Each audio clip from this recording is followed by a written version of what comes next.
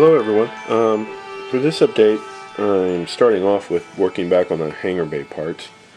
I had originally sprayed these with Bulldog, this part right here, for it's a paint adhesion promoter, and it didn't come out very smooth. And I wasn't aware of this, but TrekWorks Boyd, he sent me a message to let me know that Bulldog as an adhesion promoter product is actually made to be sanded. So you can put it on and sand it down to get a nice smooth finish, and that's what I've done here. And I want to thank Boyd for that, because I did not realize that that particular product could be sanded. I've gone ahead and masked off the window areas on the clear parts, these right here being the hardest to do with the tiny window areas, and I've masked off the areas where the photo etch is going to be on top. So I'm going to go in and I will be painting these up, and there's basically two colors on this. It's a light gray color, which is a 50-50 mix of two Testors enamel paints, and the other is a sand color, which I actually have right here, which is Testors Model Master sand, and that's all except for some white trim options. I think up on the ceiling. Everything else is done by decals on these parts. So I'm going to work on these and get them all painted up, and hopefully we can get it assembled and get the light kits, lights set up for this, and put it in the secondary hulls so we can see how all that works and how the lights with the clear parts actually work out. So these are the parts for the Hangar Bay as I've installed the photo etch pieces onto them and painted them up. They still need a slight bit of touch up, but I just wanted to go over these with everybody. These are very, very small parts for these. Let me get something to point with. For these windows right here, and right here on the sides, and especially these right here. They do take some effort to work with and get them all aligned properly and everything. But I think that overall the light and everything will come through them pretty decently. One of the things that I do when I work with these little parts is after fixing them with micro metal foil adhesive from Microscale Industries, I fill the windows up with micro crystal clear from Microscale. Sometimes it takes 2 coats, and the reason why I do that is to bring them up flush, and it also provides a better bond also for the part because it helps hold the part in. And I mean, it really fills up the windows nicely, and you can see if I can get close enough on these parts that they are filled really, really nicely and flush, so that looks really nice. Still haven't decided if I'm going to frost the back of this with a little coat of white or not. Gotta wait till I see how that looks lit up. And I went ahead on the top part and I've mocked it up with the opaque parts because I'm going to set up the lighting kit and see exactly how the light will fall into this Hangar Bay using that before I go off and affix these parts right here, which on the opaque part I'll show you they go right here, and on the inside right here. So that's one of the next things I'm going to be doing in terms of getting that set up. And next up is I've done all the light blocking on the inside of the nacelles, so off with all the tape and to do a final cleanup and prime on the outside of these so I can get these nacelles ready to go. I did go ahead and mask all the joint lines where glue is going to be at, so I wouldn't have to scrape it down later. Made it a much faster build doing it that way. So that's coming up next, as well as a few of the other parts for the nacelle.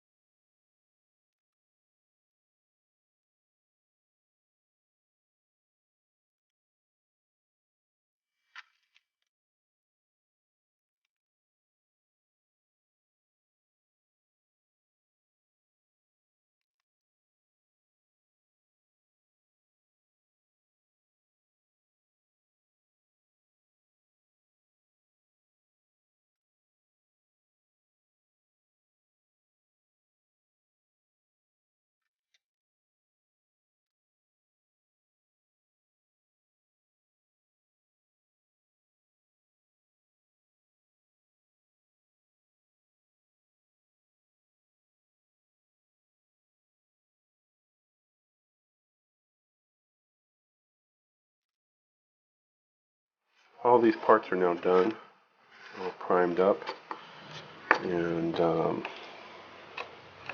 got these all ready to go.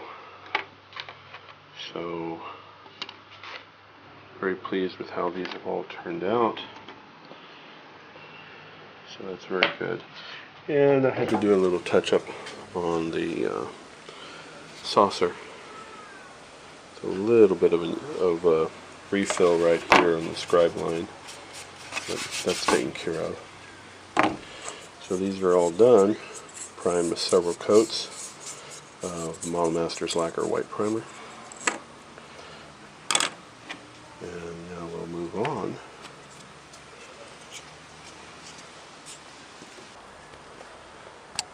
Now, what I'm going to do here is I'm going to try this new product that I've gotten. So, it's a duplicolor adhesion promoter for plastics, for automobile plastics. And this is a primer, a clear primer, it says, that promotes adhesion for plastics. So what I'm going to do to try this, I'm going to go ahead and use the Pilot Dome Bridge ABC deck, and I'm going to spray it with that and see how that works out and see how smooth that is. And if this works really good after I lay some other paint on top, I may choose to use this product on the nacelles. So this is a little experiment along the way to see how this is going to end up working out.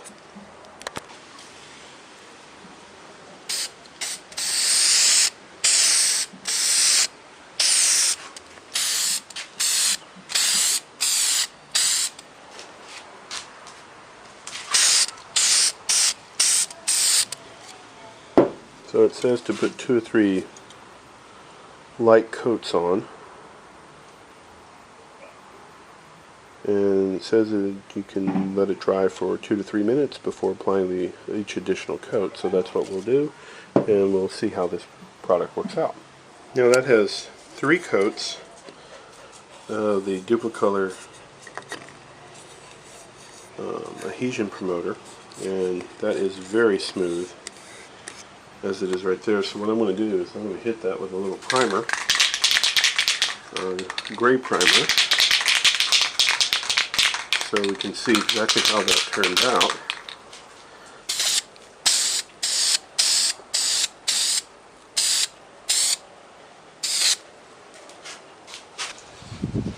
Well, that ends up looking pretty good. I'm very impressed. Overall, the finish is excellent. I just dusted that with some Krylon primer. I use Krylon quite a bit for normal work, and the Krylon on the can doesn't say it's for plastics, but I've used it extensively on plastics, and I've had very good success with it for the indoor-outdoor primer, and it dries also rather rapidly. So overall, this is a good product, but I'm really impressed with the finish. Now the big issue is, after this has some time to set up, go on here and put in some masking tape and stuff, and we'll see if any of the paint lifts off of this, if any of the primer lifts off of it. Okay, I've gone ahead and masked off most of the lip area on the inside of the warp nacelles, where this part lies down inside them. That way I won't have to do so much scraping to remove the paint for good glue adhesion. I haven't done all of this up in this area because I will scrape a little bit of it. I just don't want to take the time to put all that tape in there, because it is curved and will be a little difficult. It will take some effort. So these are about ready to go, so I'm going to go ahead and prime them up. Well, the nacelles have their primer coat on them, and I don't know if you can see them. Oh yeah, it is showing up in camera. There are some imperfections. Before I get down to sanding these guys down, I'm going to have to do some filling. If you look right here, there's a dimple here, a problem right here on the nacelle. This concerns me. That's existing. on its matching twin, there's also in the exact same spot a dimple again, and those are lining up. Well, let's see. Those are lining up with these connecting pins on the inside, so you may need to check your nacelles if you're doing this, and you're probably going to have some filling to do. I didn't see those until it got primed, and obviously those are going to have to be corrected. I'm going to sand these down with probably 220 grit sandpaper and get a nice smooth finish, but I'm also going to be filling these, so that's going to slow this process down of getting these nacelles completed, but that's the goal. Now this one's been sanded. I started off with probably about a 220, 240 grit and stepped it all the way up and finished it off with a 1500 grit on the high end to get a nice, really smooth finish on these. Excuse me. Do have these imperfections I'm going to have to take care of, as I mentioned before. This is one of them, as well as the dimple issues. But I found more as I was sanding them. There's one, two right there. It's going to have to be addressed, and that's definitely will have to be addressed when I go to seal it completely up.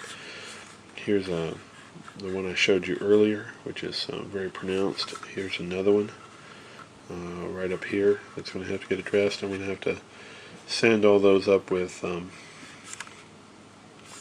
oh yeah, and then there's, forgot on matching sides on the nacelle. I guess these were sprue connection points, the way they took it out of the sprue, but it came out of the box like that, so I'm going to have to fix those. But with it all sanded and polished basically with a 1500 grit, it's nice and shiny. It's very smooth, so I'll red putty these sections up and start working on those and finish sanding down the other one. Well, the other nacelle I've already sanded down, and it unfortunately has even more imperfections. There's one here. There's, I don't know if you can see it, there's an imperfection here, an imperfection right through here. So there's like 4 right there. There's this one right here, there's another one up here, there's another one up here. So I don't know, there may be, besides the screw points where these things were connected to the plastic in the molds. So these are going to require a lot more work than what I was expecting. Unfortunately, I guess I was naive when I first looked these parts over. I thought they were pretty much clear of defects, but I should have realized, given the fact that they're smooth and there's no paneling or anything on here, that once it was primed and sanded down, obviously everything was going to show. Every little imperfection was going to pop, and this definitely does have quite a few imperfections that are going to have to be worked on before I can even get around to putting the first paint coat on this. Well, real quick review here of all the spots I found, which appear only on the nacelles. The defects are only on the inboard side of the nacelles. I didn't find any on the outboard sides. So you can see these are all the areas where there were dimples that needed to be corrected. So there's quite a few on this one, and not quite as bad on this one, but still stuff that needs to get corrected. So I filled those with red putty, the Bondo red putty, glazing and spot putty that I use. I think most modelers use this putty. Well, at least a lot of them do. Everyone from Trekworks to Steve Neal and a lot of other guys I've seen use this, and I like using this. I have some other putties, but this one's really good for filling things. It's my best, as long as you don't need a structural putty. That's really good. Usually if I have something that I need a structural bonding for that's really important as a filler, I end up using epoxy sculpt and cutting it with the solvent for that, so that it's real good and strong in place. But anyway, this is all the stuff's got to get sanded. I just got done putting this on, so I'm going to let these set for a few minutes, and then I'll have to get down into get on to sanding these parts and try to get this smoothed out. It's probably going to take several coats of sanding and putting and priming back and forth to get these nice and smooth. Okay, we've got them all sanded up, and with 2 coats of the putty, and sanded up. Started with about a 320 and went all the way up to 1500 on the grit, and through several different grits, and I'm going to go put a primer coat on this, and let's see how much more work we'll have to do. Well, some of the spots are gone, some of them are not. They require a little bit more on the pieces, so this one only required a little bit of touch-up, but most of all the bad sections are definitely gone, at least to the point where they're not really noticeable enough to be an issue, I think, especially with one more coat of primer on top of them. So these will get sanded down again and probably filled slightly and sanded again, so that'll end up being fill, sand, probably 4 or 5 times on these to get them perfectly smooth. Well, after all that, they're done. So they've turned out pretty good. I've gotten rid of all those dimples, and they've been primed up. The problems right here on the joint lines I'll deal with after I close up the nacelles, after all the lighting and everything's in there. So overall, I'm happy with this. It was an unexpected amount of work I didn't think I was going to have to do, but that's the way it always is with model kits, so I shouldn't really be surprised. So next up, we'll be wiring these up with some sample lighting and see how that looks, and wiring up the Hangar Bay setup so I can test the top part, the roof part, in terms of the lighting for the whole Hangar Bay. So stay tuned, and maybe I can get all that going. Well, here's the nacelle, and I've chosen the light blue LED tape. I have some double density LED tape with the silicone coating on it, so it's very smooth. And I went ahead and mocked up this one nacelle with from the bussard collector through the intercooler, and I think this is what that's called, the intercooler, back to the back cap on there. And I don't know how well you can see this. This is the part with the inlay here and the brass etch on top of the clear piece in blue. So you can kind of get an idea of how that looks. You can barely see the individual LEDs in there, and you have to be looking at it directly head on. If it's off to the side just barely, you can't see them, given the ultra smooth coating that's on there. And then when you have the brass etch part on top, that's like right here,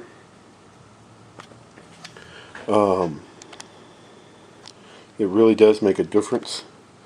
This is with the brass thing on top, and this is without the brass on the other side. And let me see if I can get the brass piece on there. I haven't glued them onto that those clear kit pieces yet. Let me see if I can slide that in place.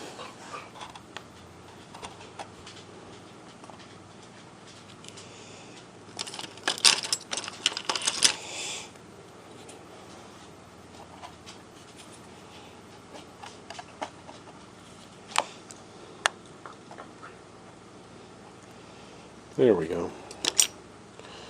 So if I can get close up on here, you can see the nice blue coming through. So if you want to use colored LEDs in there instead of the warm white LEDs. It's from the kit. If you're using the kit, you actually have to use some of the warm LEDs that's from the saucer to put in the nacelles. They don't give you extra ones. You just have to make a lighting choice in relation to the saucer or the nacelles. Now, Tom from Modelman Tom had mentioned to me the other day that in a message that he sent that the kit only uses 3 pieces of 3 LED 1-inch sections, and those don't light evenly. This is a full strip running all the way through, which is coming out the back because I haven't cut it, and definitely compared to lighting it with the 3 strips, this is the way to go. There's just no question about it. Tom was definitely right. This is the way to go. You got to use a full strip in there to give a nice glow. And let me turn on some more light, and we'll see how well we can see that. Some more light on, and what that looks like.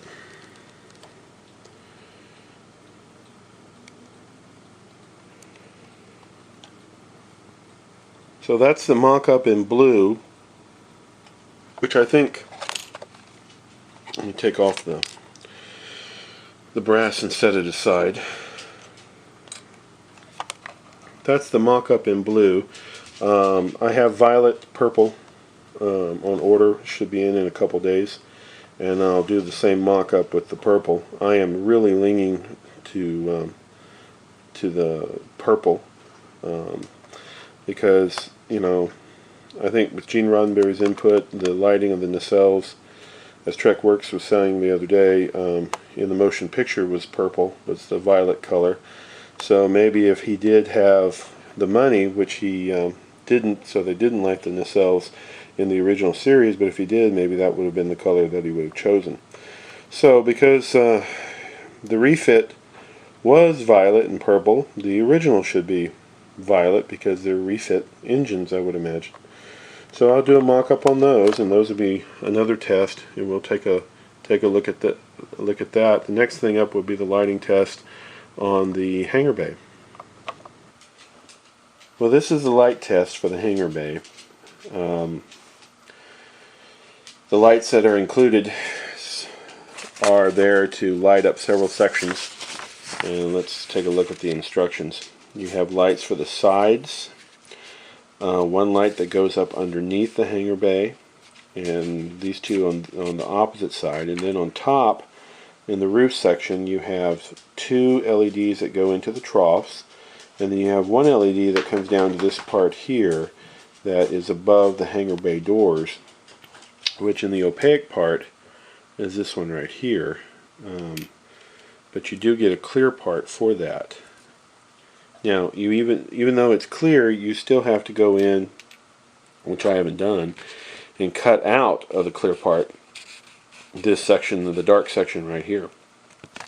Now, this is just held together with tape, and because I was using tape, I wasn't able to get it all the way closed because the Hangar Bay is held together with tape, with all the lights being on there are mounted with tape. So the wiring is a little bit loose. It was a little bit difficult to get it all together. I did not want to hot glue it or anything to try to hold it in place.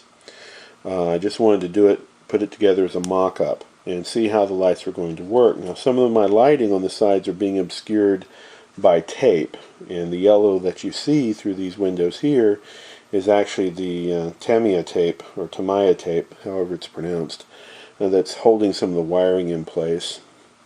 But it gives you a good representation of what will be lit up, and this should be even brighter when it's mounted with glue and all the LEDs are in place like they're supposed to.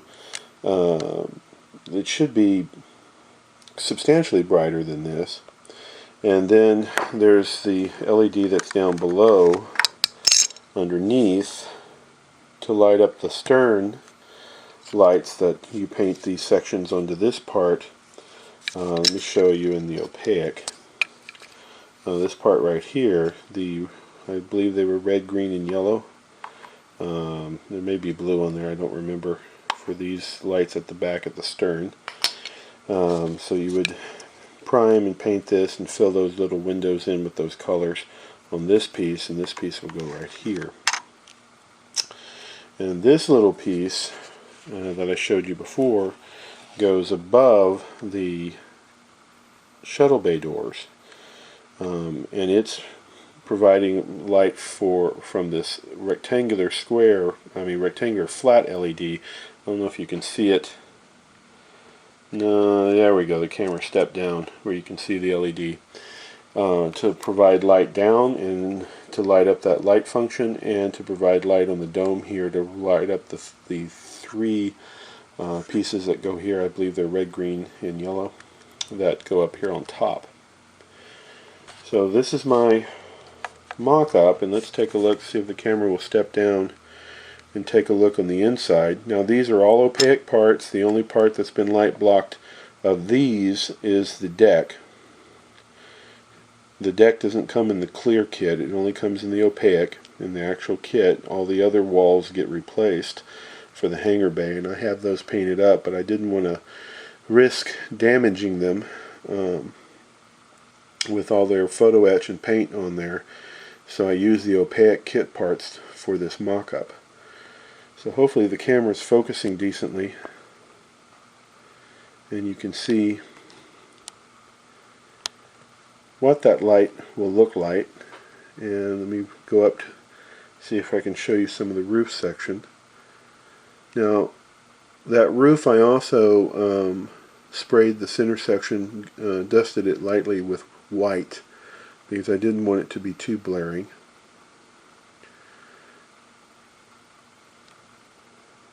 So I think overall the light kit actually does a really good job of providing light. Obviously there will be a lot less light on the inside here using the clear parts all painted and masked up, so you'll be getting light from the ceiling area, and you'll be getting light from the windows and from the stern light that's up above here on the top.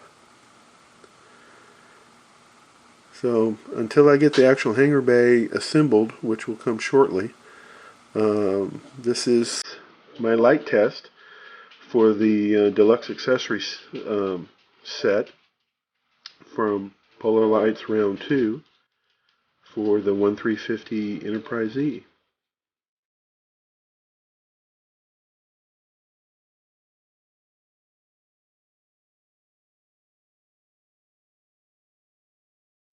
Hello everyone. From myself and Sarah here, my wonder dog, we want to wish everyone a Happy New Year, and I want to thank all my subscribers who have subscribed to my channel, and I want to thank all the members of Sci-Fi Model Action. Yeah, don't do that. Okay, that's good enough. And all the forum members, and Boyd and Jason and Fraley Trickworks, Jamar, Fraley 1701, everyone for your support and help and guidance. It's been a lot of fun, and I'm honored to be a member of Sci-Fi Model Action, and I hope everyone has a Happy New Year. Take care.